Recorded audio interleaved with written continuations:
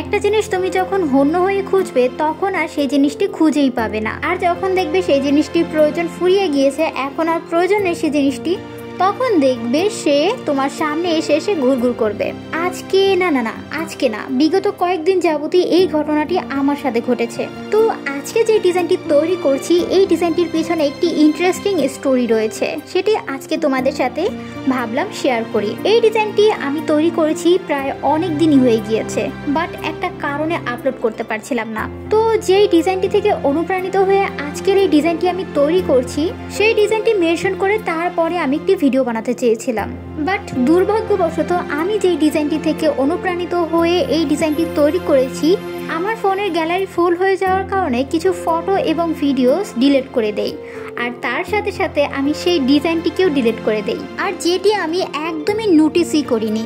আমি এখন video edit করতে গিয়ে দেখি সেই ডিজাইনটি আমি ডিলিট করে ফেলেছি। এখন আমি ডিলিট করে ফেলা ফটো আমি কিভাবে খুঁজে বের করব?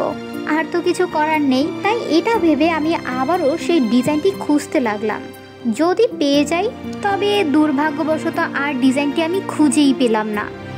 এত ডিজাইন আসে কিন্তু সেই ডিজাইনটি আর আমার সামনে এলোই না, আর এই কারণে হচ্ছে কি এই ডিজাইনটি আমি আপলোডও করতে পারছিলাম না। আর বিশ্বাস করো, আমি এই ডিজাইনটি তৈরি করার পরে এর ফাইনাল লুক দেখে জাস্ট ফ্যান হয়ে গিয়েছি।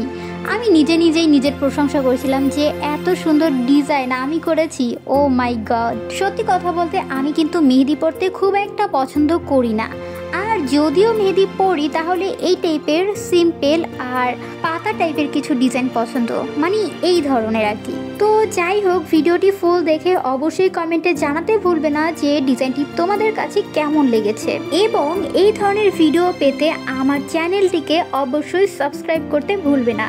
আর যদি এই ভিডিওটি ফেসবুক পেজ থেকে দেখে থাকো তাহলে অবশ্যই ফলো মি।